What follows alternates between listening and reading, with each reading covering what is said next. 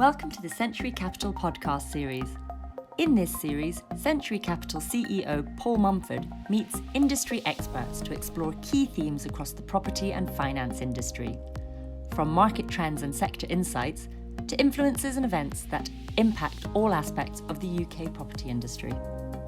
In this episode, Paul meets Mr. Superprime himself, Daniel Daggers from Daniel Daggers Real Estate. Daniel and Paul discuss all things superprime, what the impact of COVID-19 might have on the property sector, how resilient the London market actually is, and what the future of property might look like in a post-COVID-19 world. Daniel Daggers is recognised as one of the world's leading real estate agents. With a career spanning over 22 years, his professionalism and insight have earned him the trust of royal families, dignitaries, and business leaders from across the globe. His outstanding reputation is built on discretion, passion, and an ability to build strong, long-term relationships.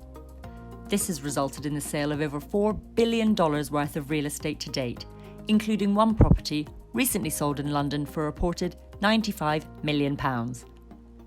Daniel was one of the pioneers in the property sector to use social media to market his services and his clients' properties. This has generated him a dedicated Instagram following of over 30,000 followers and gained him the ownership of his very own hashtag, Mr. Superprime. Superprime is a term that was coined about, I would probably say about 9 years ago, of properties valued in excess of £10 million or $13 million globally. Okay. So essentially, they're the most expensive properties on the planet.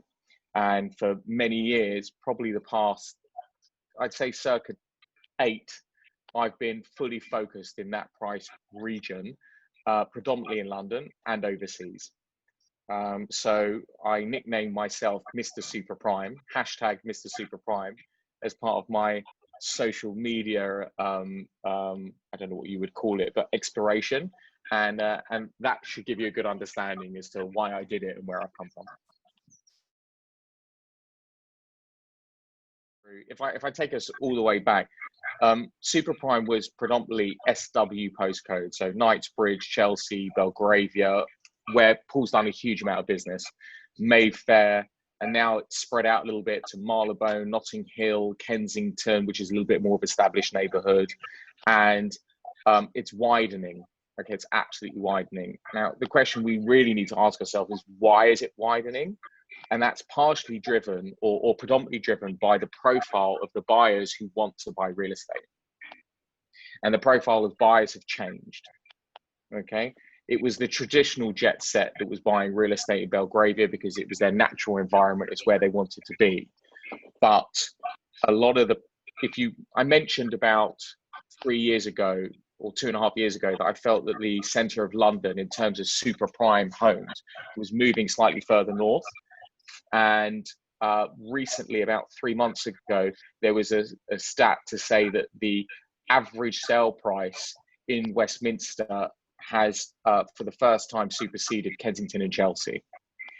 And I think that's driven by the assets that you can buy, the kind of properties you can buy, and the profile of the buyers and what their wants and needs look like. So I think it's changed, and you are seeing more people buying slightly further north, in Marylebone and neighbourhoods like Notting Hill that have performed really well over the past 5 years, which haven't been the easiest. But then if you start looking at in excess of £50 million or £40 million, you'll see that the trades then fall back into Mayfair and into Belgravia a little bit more. But I also see areas like Notting Hill coming into the super prime sort of market for domestic buyers rather than maybe international buyers.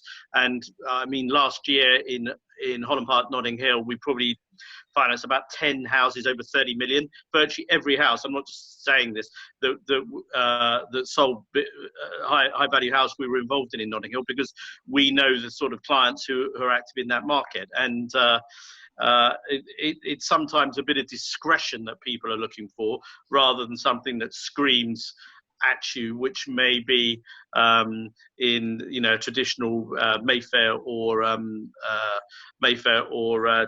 Kensington, Knightsbridge sort of house. So I think there is definitely a change in dynamic. There's more domestic buyers. There is a lot of money coming from different sectors. Some of the big villas on Regent's Park are pretty spectacular. I would say house that I sold to a gentleman not long ago for £95 million is pretty super prime. Your neighbour to the Queen, that's not a bad one. Then you get some ginormous houses in near Poole in North London. I mean, I've got a client of mine who's building a 42,000 square foot house. But then again, a penthouse at One Hyde Park is absolutely spectacular. I've been into a couple of them and they really are incredible. So bit of diversity there, but I think the best product for me is something that ticks every box. Every box. And those boxes for me are land, which is totally rare in central London, in any capital city.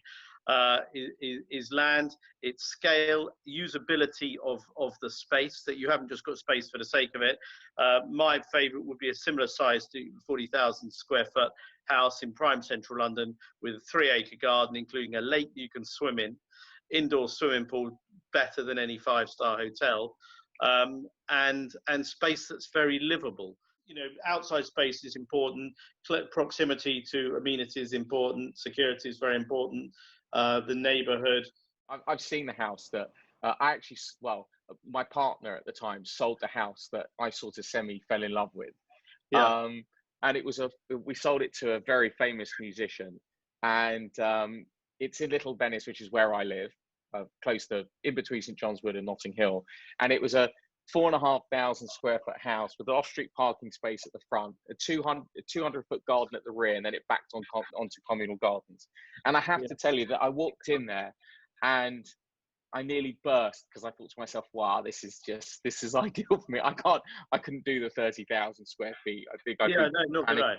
Yeah, but this for me, just 5 or 6 is the most you really need. Yeah. I'd stick probably a basement in there. So if we ever had lockdown again, which is probably going to happen, we wouldn't have to leave.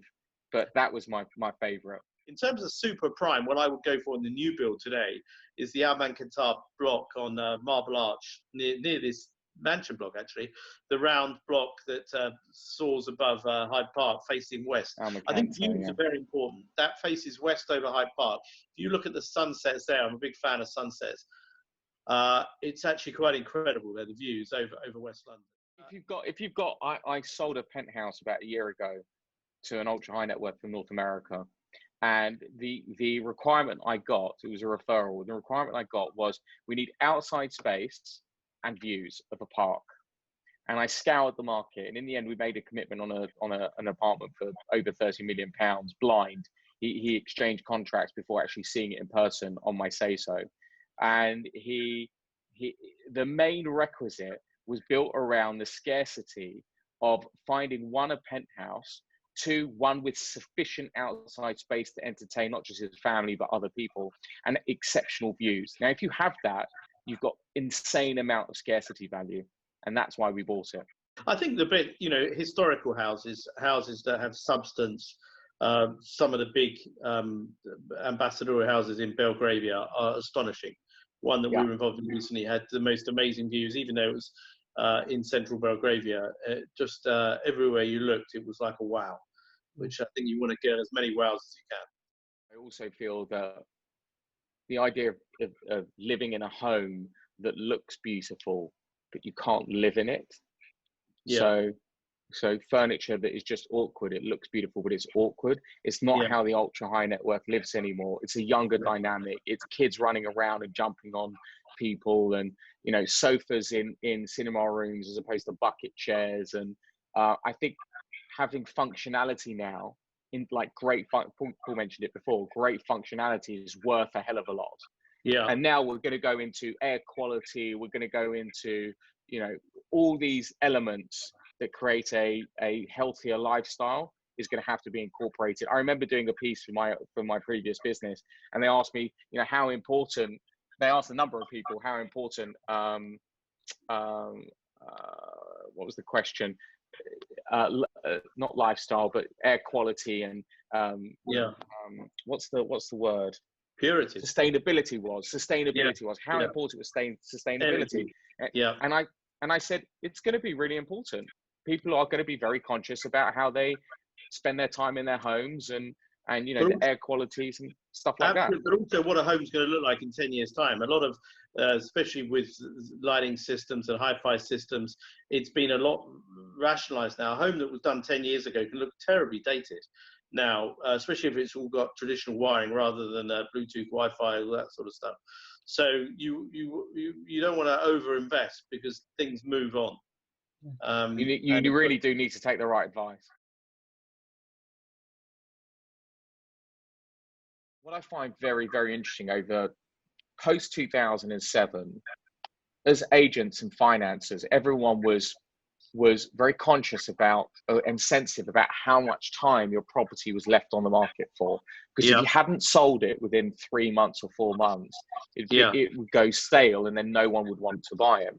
But post 2007, and over the past, let's say, 5 years for sure, 6 years, which has been pretty slow, people don't really mind the property being available for a long time. They sort of semi-expect it. They want to go down the journey. They don't want to necessarily buy immediately unless they're being advised to, right? Yeah. They expect that the property is going to be available for a while because there isn't as much demand. Yeah. But if you get your pricing right at the beginning, people can step in and move quickly, although it's been a bit of a long distance race for the past few years. That may change because we're going to have different times now. What's really interesting is because we're all connected, social media, just everybody's got so many contacts now. As I speak to my agent friends and my clients and developers in the US, and they have a totally different mindset to situations like this, right? What happens is they decide to pull the plug. So they're less emotional. They're absolutely less emotional. What they do is they say, if we're going to bleed slowly, let's bleed deep now. Okay, let's cut our losses and let's step back into market and buy cheap. Yeah, a bit like Warren Buffett. I mean, Warren Buffett a month ago bailed out of every airline. I think he had 10% plus holdings in airlines. He bailed out of everyone.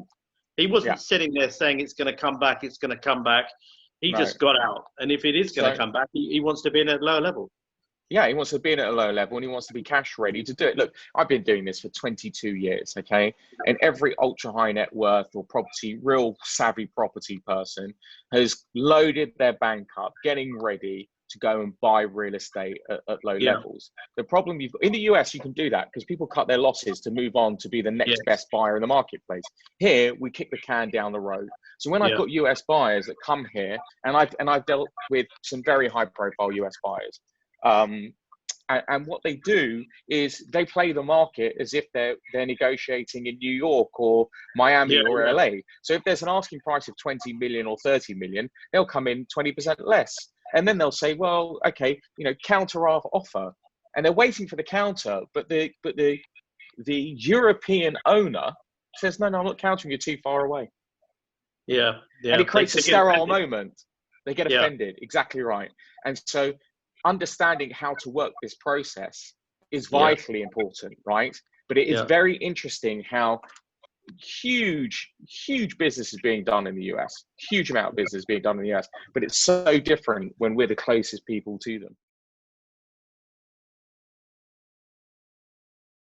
A quick question. If you were going to bank on one horse to perform relatively well, right? And it was either Hong Kong, New York, or London. But how actually, no, give us the point 1, 2, and 3. Who crosses the line first? Well, I think 100% not Hong Kong, because Hong Kong's ridiculously expensive, the bubble market, and secondly, the political possibilities are huge there of a real crisis. So definitely not Hong Kong. Great market for Chinese money, but I wouldn't have Hong Kong at the top of my list, not in the short to medium term. New York is too reliant on Wall Street, in my opinion. New York doesn't have the green space of London. London is 23 different villages. You have so much more choice in London. In New York, it's either a high-rise condo or the super prime, or maybe a townhouse, which in my opinion often are a bit dark and gloomy for London buyers, not much outside space. So I would always go for London. It's the market. I know the Hong Kong market, I know the New York market, but I see London having more flexibility, more diverse product, and less political risk. And inventory. We have less inventory. Yes. We have virtually no inventory here. Yeah. Yes, absolutely. I don't know. What do you think, Danny? I'm quite bullish over Miami. Yeah, Miami's matured a lot. If you look at the origins of Miami real estate, it came from a very dark place. It's matured a lot over the years and become a lot more mainstream. I get that. So I tell you what. I tell you what I think. I tell you why I think Miami. I think there are bigger factors at play. One of them, there's a tax advantage of being in Florida. Yeah. Two is that, over New York. Two is that in terms of time where we are in the world, LA's a little bit too far away, albeit the weather's very good. Miami's weather's probably better, and it's a bit closer to everything else. Yeah. Europe and Asia to a certain extent, if you're going that way around the world. If you look at what we are doing now, we're building relationships digitally and we're transacting digitally. I think the necessity of being in a very dense community is not a necessity anymore. Yep. To do business and communicate, and therefore you can choose the neighborhood that you want to be in. Now, that's an hour and a half private jet flight. Okay. So for the super prime sector, I can see people, and I posted about it yesterday on my Instagram account. You're seeing more people coming to Miami than LA.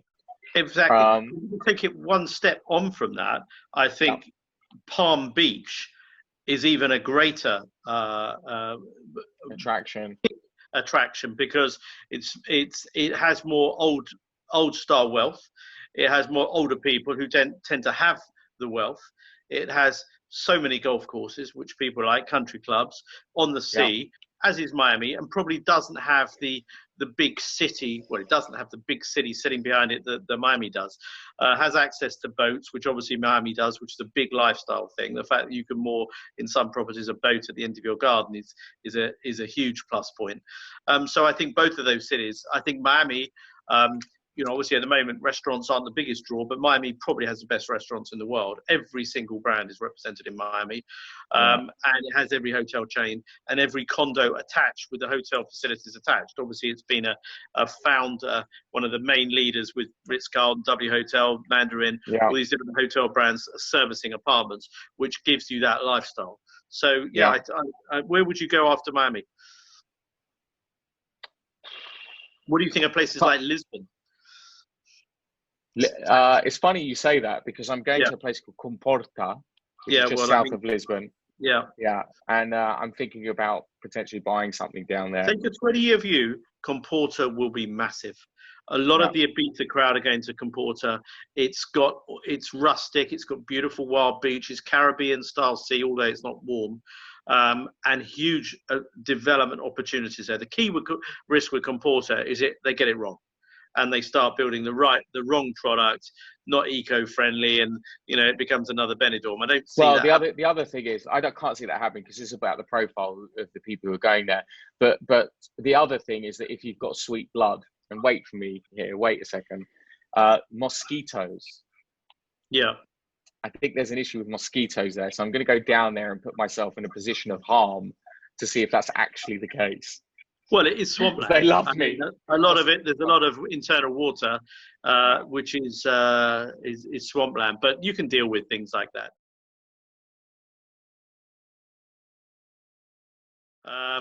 Well, to be quite honest, not much business has been done in lockdown.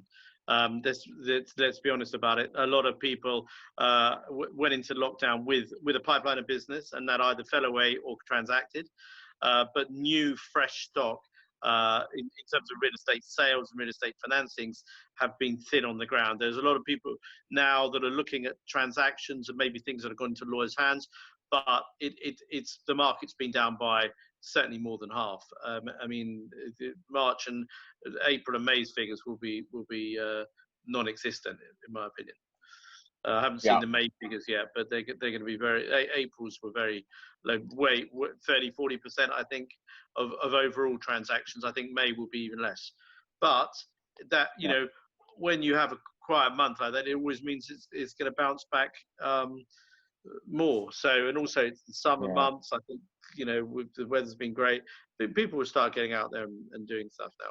Yeah, I'm not worried about that. I mean, pardon, Paul? Some new developments have been selling, you know, Regent's Crescent. I've heard of a number of deals there. The Lotus scheme in Grosvenor Square. The big international buyers are out for product. They're not really fazed by this. How do you see supply in the super prime range at the moment? Do you think post-COVID supply will go up of products available if someone's looking to buy a super prime house or apartment, or do you think it will people will sit on their hands and not bother putting it on the market? It's a good question. I think the super prime market is pretty resilient. I think there'll be less properties. I think it will be, how do I word this? I think it will stay plateau. I don't think there'll be more properties coming to the market. I think what will happen is there'll be more interest to sell. But probably a similar amount of commitment, which will mean there'll be more properties in the grey market that are available. But unless you're speaking to someone who can get you in the door, you won't know about it. So they won't be visible on the internet. That's what's going to happen. I think people will probably, they'll either fall back in love with their home like I have, because I've got a beautiful garden in front of me. I know you can't see it. I'm not going to turn my Mac round, but got a gorgeous garden in front of me. So I'm really, really happy about that. And whilst I might have had itchy feet before, I don't now. But some people might be absolutely bursting at the seams who've been waiting over Brexit for a decision to be made and whether or not Corbyn was going to come into power. And now all of a sudden Brexit is less of a concern. Let's put it that way. It's still a concern, but less of a concern. Because if you made the commitment to be here, you've made the commitment to be here, and Corbyn is no longer a concern. And therefore, now what happens is people have been waiting for the past 4 years. Their family has, you know, maybe exploded in size in terms of you have another kid and the other kid's even bigger now, and you want to move.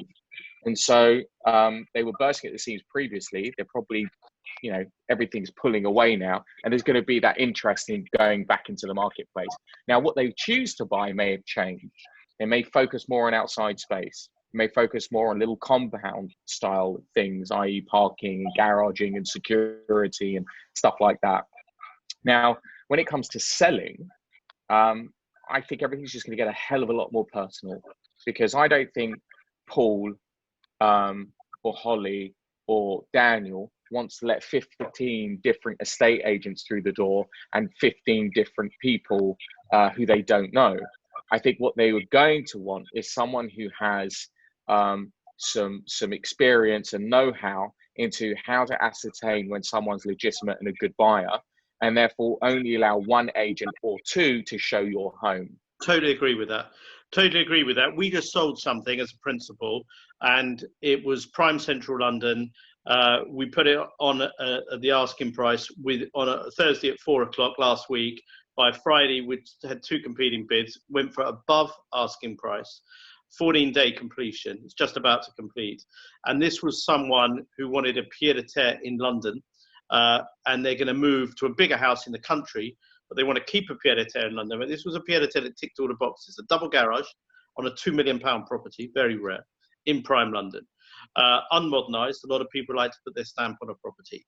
And this was quite interesting. The competition was between a cash Chinese buyer, money in the bank, lawyer's letter, close immediately, or a aristocratic English family, again cash in the bank, and they actually won the bid in the end. But interesting, people like that, COVID was totally not an issue. They wanted that product. Prime central London, there's a limit to the sort of product, and there's a big divergence of product in London, you know, from mews houses to penthouses to pied-à-terres to big family houses.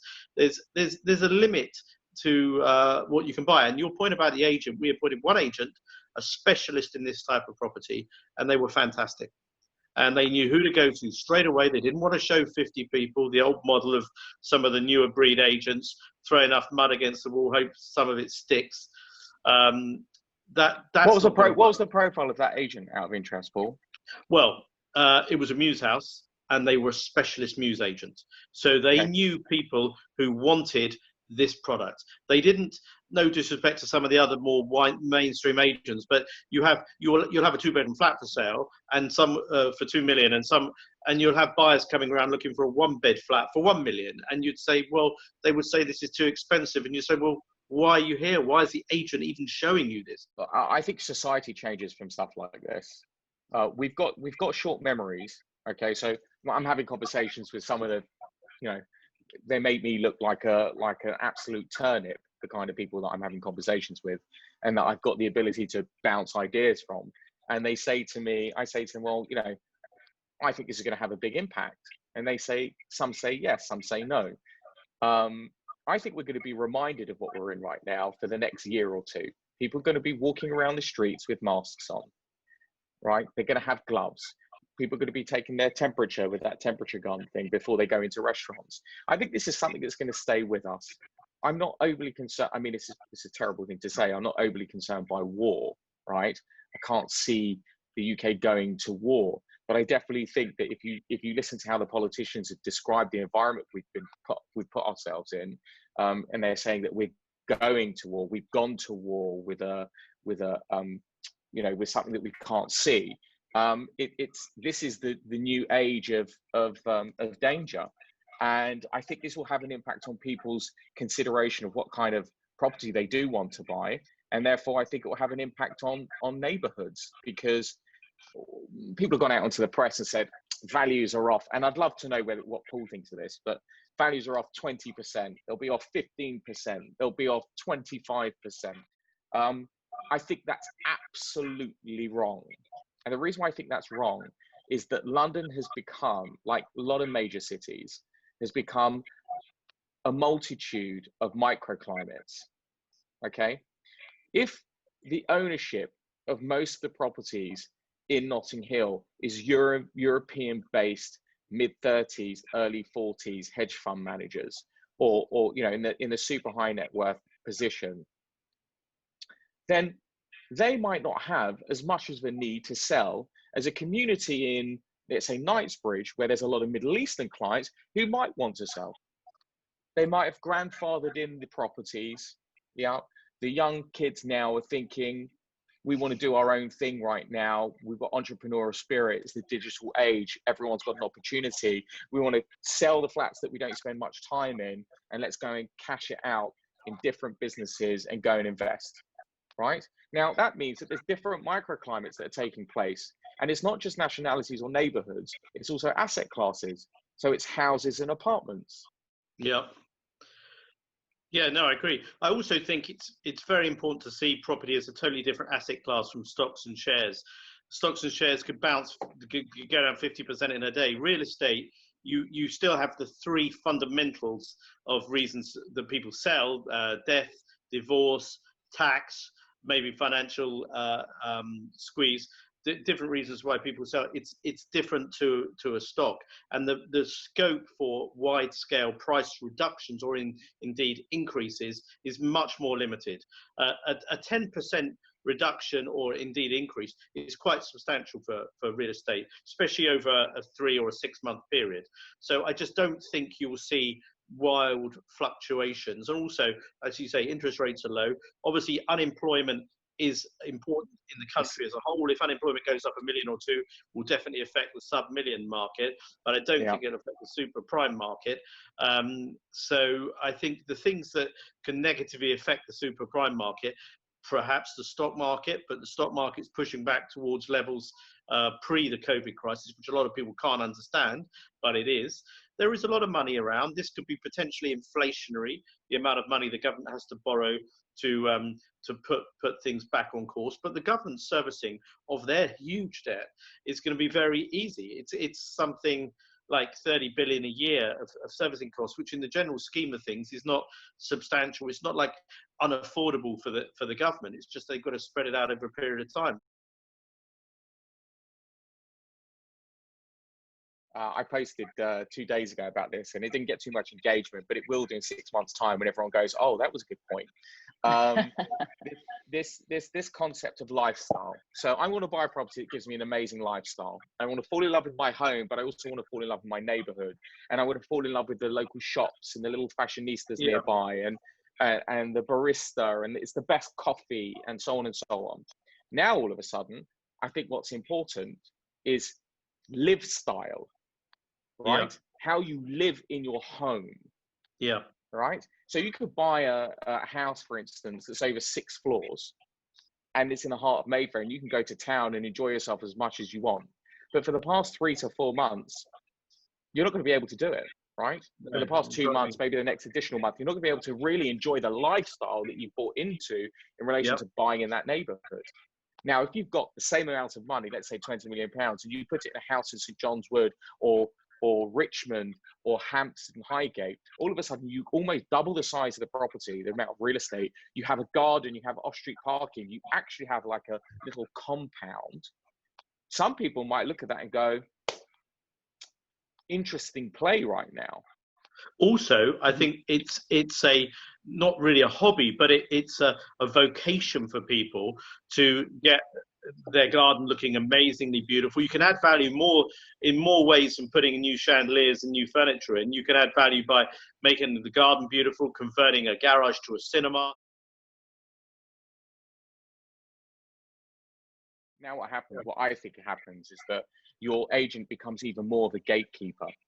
Yeah. The first viewing always happened online, i.e. a picture. And that's why your guide price had to be sensible. Otherwise, you turn that person off from actually delving into the digital assets of the property and then eventually viewing it.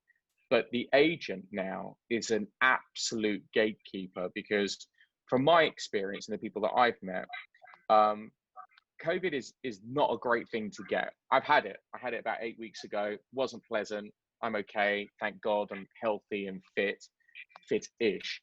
But it's the amount of load you get with COVID that is a concern, right? Yeah. So if you've got 30 people walking through the door, you've got issues. If you've got 10 people walking through the door, your issues are mitigated. And that is what is important now. Your agent becomes even more important in circumstances like this.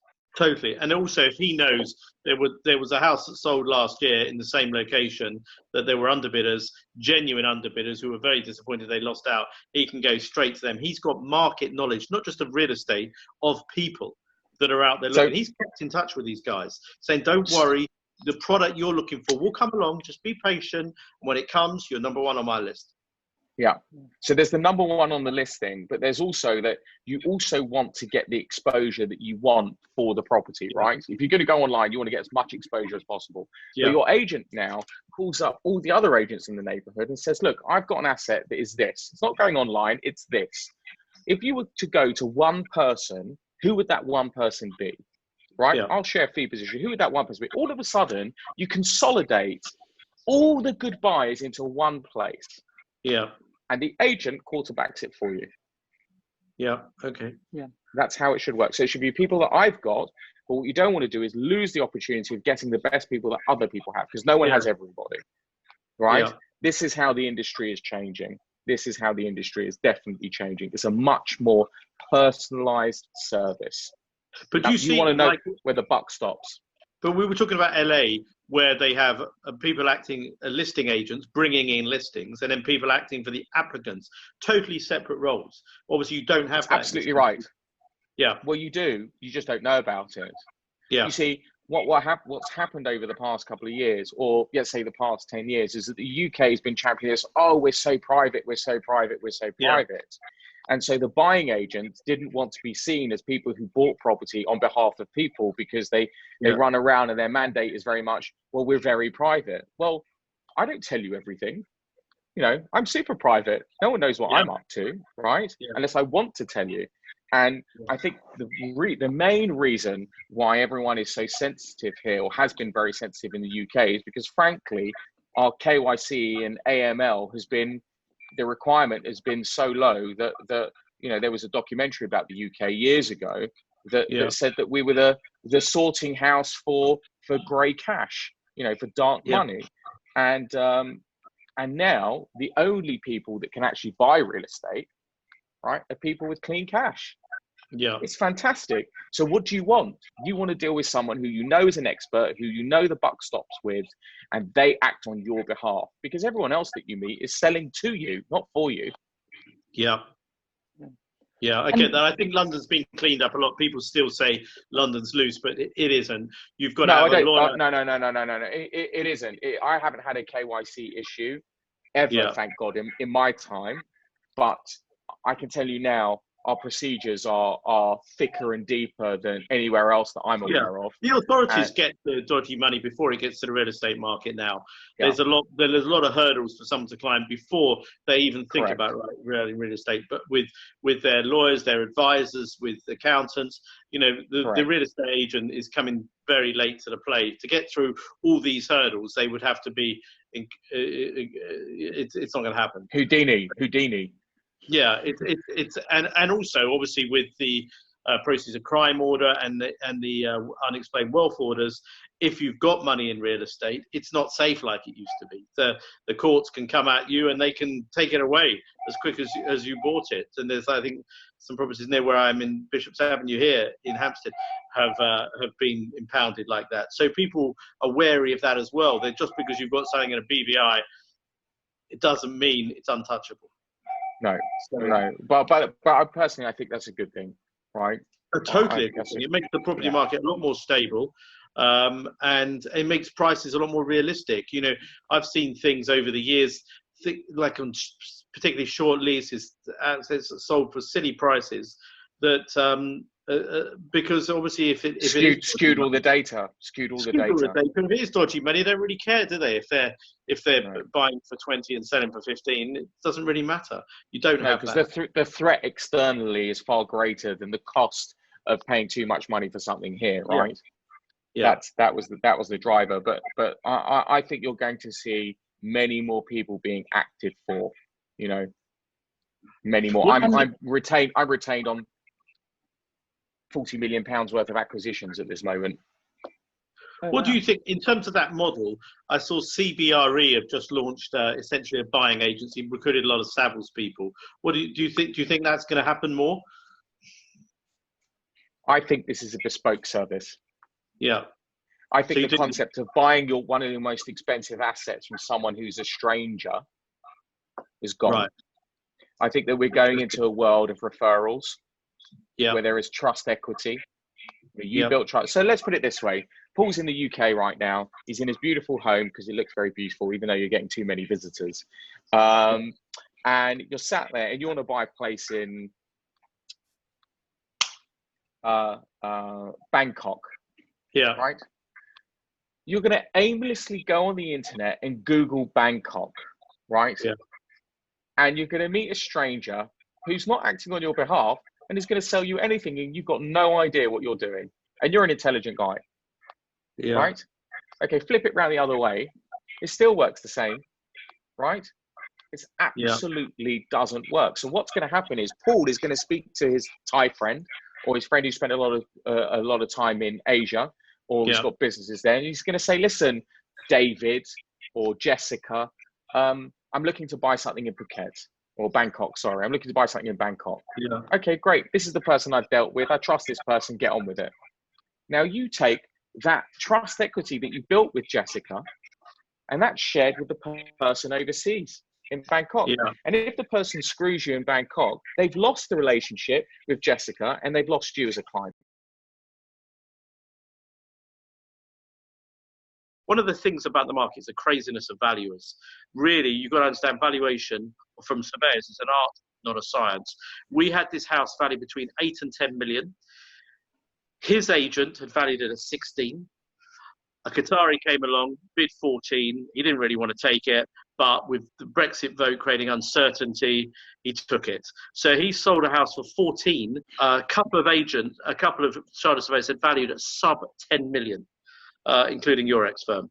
Then it was sold for 14 in an era of remarkable uncertainty. So it does show. But there's reason, Paul. There's reasons for that. Everyone's worried about their own tush, aren't they? They're not necessarily wanting to give the correct advice. They're more concerned about being how do I put this? Put in a bit of a pickle, right? They're worried about their PI and they're worried about things like this. So you're naturally going to have these But valuers this now causes in huge uncertain damage. times.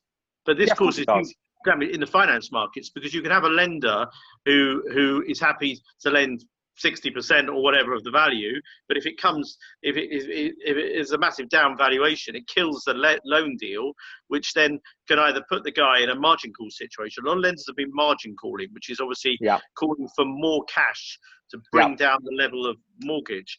And if that happens, lenders have got a big responsibility. Obviously there's a number of factors affecting the prime market, but lenders have a big responsibility not to overreact and to take a long-term view. Because if you've got lenders, and I've seen lenders like this, private banking lenders who are putting out margin calls. We had one, it was valued at 32, 34 pre-COVID. Someone's just got in and valued it at 24. They served the guy with a £4 million request for what's called a margin call, additional cash to reduce the level of gearing. Now, you start a fire when you do that, because most people don't want to reduce their debt. And it could cause a spiral of houses sold undervalued potentially, or of people's relationship with their banks falling apart. There's a lot of variations in how the market copes with what we've got at the moment. The banking sector, Paul, is going to be under a lot of scrutiny here, right? How because they behave. we've seen because 07, 08 they were bailed out, right? Yes. Absolutely bailed out, and now when people really need their help, right? And no one's going to feel sorry for the ultra high net worth, but when people do need their help, or they need to act accordingly in support of the community, people are going to have their eyes wide open to this now. But I also think lenders have got a lot of the bigger lenders, the bigger corporate lenders lend. They take action according to their procedures manual, how they're used to behaving, and they follow step by step without necessarily taking into account the requirements of the client, the best interests of the client, and indeed often without the best interests of themselves. You'll have a lender who's in for 25, selling a house for 20, whereas they could do this, that, or the other to avert that loss. We will capitalize more interest. We will take additional security. We'll work with the borrower to say, look, let's not face this issue now. Let's say your loan to value is too high. Let's say you can't service. Let's not face that issue now. Let's see what we can do to let you trade out of this, because most people who acquired wealth are smart people, and they acquired wealth because they know how to make wealth. Now, by putting them in a bind now, when the options are more limited, you're simply causing trouble for them, but also trouble for yourself. You're crystallizing a situation. You're creating chaos that doesn't need to be created. So I think it's very important that lenders take the approach that someone like Century would perhaps take, and take a longer term view, and not. So I don't disagree with you. Look, debt levels or interest rates are extremely low, and they're going to stay low. I really can't see them. I'm not giving any advice here. They're going to go lower. They're going to go lower, and I'll be very surprised if we see an increase in it. So holding costs are going to stay pretty low. But you're right in terms of banks calling on additional capital, because I've had clients call me up and say, "What should I do now?" Right, and they've got a portfolio of 37 million pounds worth of homes.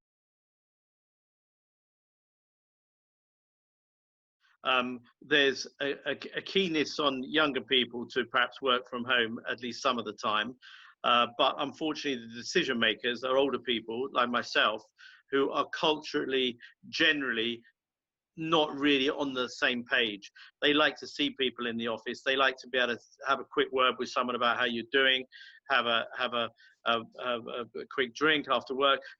They like the people interaction. They like bouncing ideas around, which you're never going to get working from home. So I think there will be a gentle move towards more home working, but I don't think it's a big thing, because the people that make the decisions don't really want it to happen.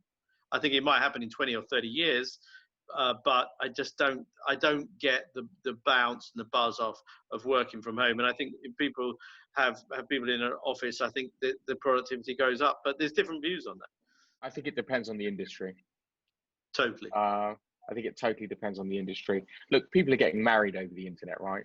So you can build strong relationships that way. It's not the way that I'm used to. I'm in a really interesting position, because I absolutely respect what Paul has to say. He's a leader in industry of what he does, and whilst he's just a little bit older than me, I can really resonate with him and absolutely totally get it.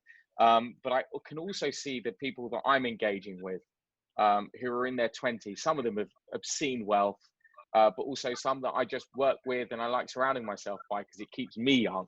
Hence why I can wear a baseball cap.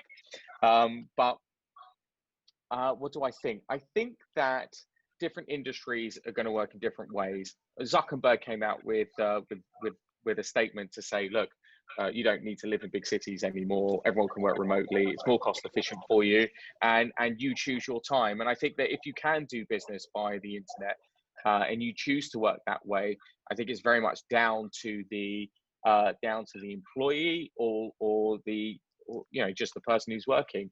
I think that if Paul is the how can I put this, is the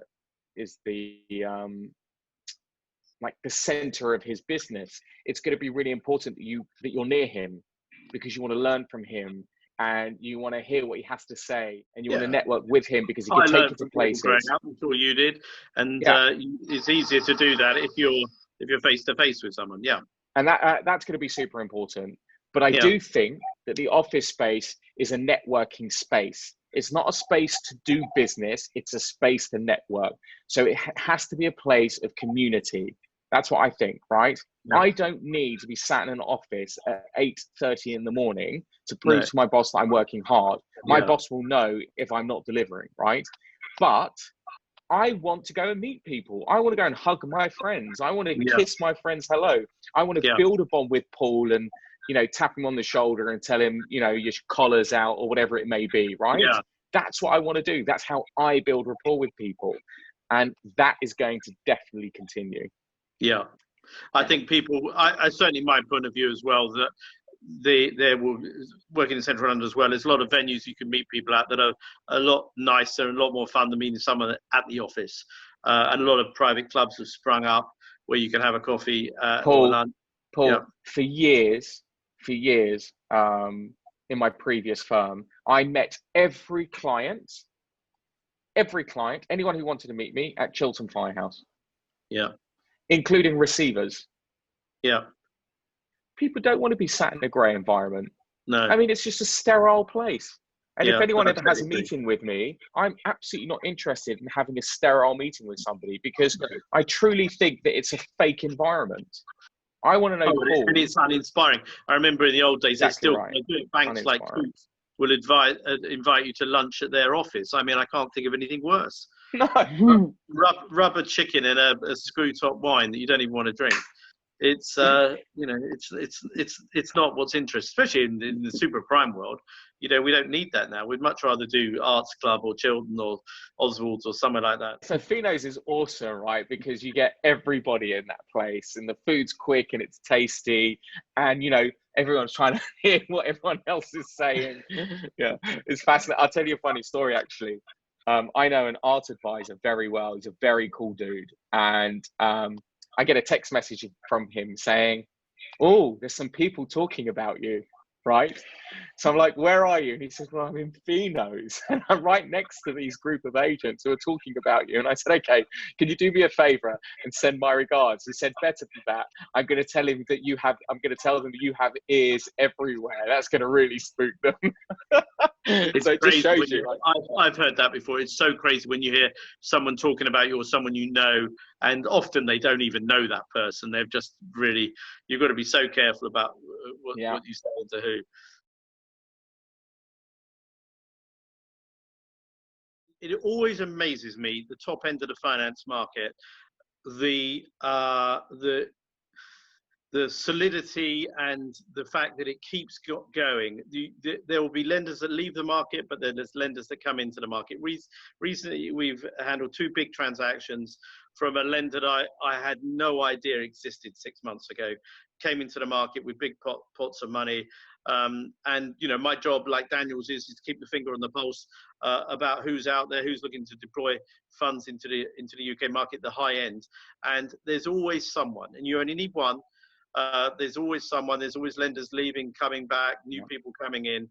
I think it's quite I think it's strong. There's a lot of lenders that underlend. They have a balance sheet that they want to deploy capital.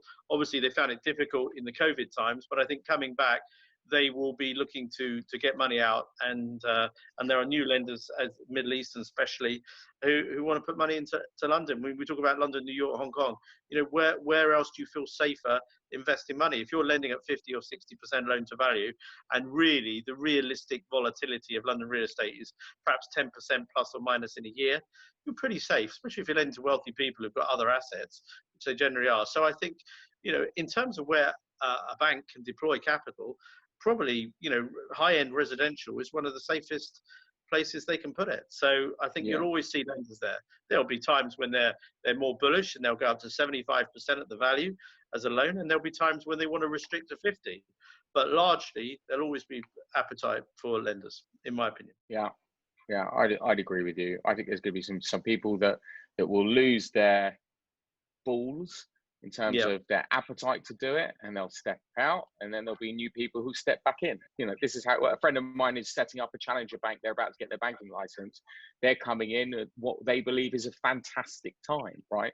Paul, I'll introduce you to them. Let's come at it from a slightly different angle. Over the past 10 years, I've been doing this for 22 years, but in the past 10 years, I've really focused on selling properties predominantly over £10 million, but in a lot of instances over 5. And I would say that over those years, I've sold anywhere on average about 20 properties a year. Okay, roughly, let's say. And these are single assets. 15, let's say 15. If you ask me how many of those people got debt to buy something, I would tell you probably 3%. So you look at how much cash is in the system. Now, if you ask me how many times I said to them, listen, you should go and get debt post completion because it makes financial sense. Yeah. It's been pretty high. And have they executed it? Yes, they have, because it made financial sense. So if you're going to tell me that let's say I'm a good barometer of the marketplace, right, which I probably am, I'm going to tell you that there's loads of cash in the system. It's not over leveraged too aggressively. And the only issue, and the only issues that we will see is if some ultra high net worth individual is either carrying too many assets and has a margin call, exactly how Paul, what Paul said earlier, or if their business didn't adapt to the digital environment to trade digitally, or they couldn't, and their overheads are too high. They are the only significant factors that I can see, unless they're over leveraged, which I can't see. Yeah, totally agree. I think the funding appetite is there, and will continue. You'll have lenders that pull back, and you'll have lenders that come in. But what you do need, like in the real estate side, you need good advice. You need people who got tentacles. The bank that I mentioned, we've just done a couple of big transactions. They're out of Luxembourg. I mean, no one would even have heard of this bank. Yeah, no, you have to speak to a professional. You have to speak to a professional in the market. I know of. I've got a buyer at the moment because of the asset that I've got, and I know that I can get into £500 million homes across London. Yeah. They're not on the internet, so for the same reason that Paul can find funders that other people can't, is because of who he is and established in the relationships he's got, and that's why I think things are just going to get a lot more personal. Why more people need to know who we are. Yeah, the long game with these assets. You've also got to play the long game with these assets. Sure. Someone trading a 50 or 100 million asset, they're not going to put it on a Friday, expect to sell it on a Monday. You have to build that relationship maybe over 5-10 years. I say to all my clients, you're going to become one of my best friends, and they think I'm loony. And say, listen, we're going to be speaking every week for the next 52 to 104 weeks, right? You're going to know everything about me. Yeah, it's good that there's no desperation. There's a play the long game. Very important.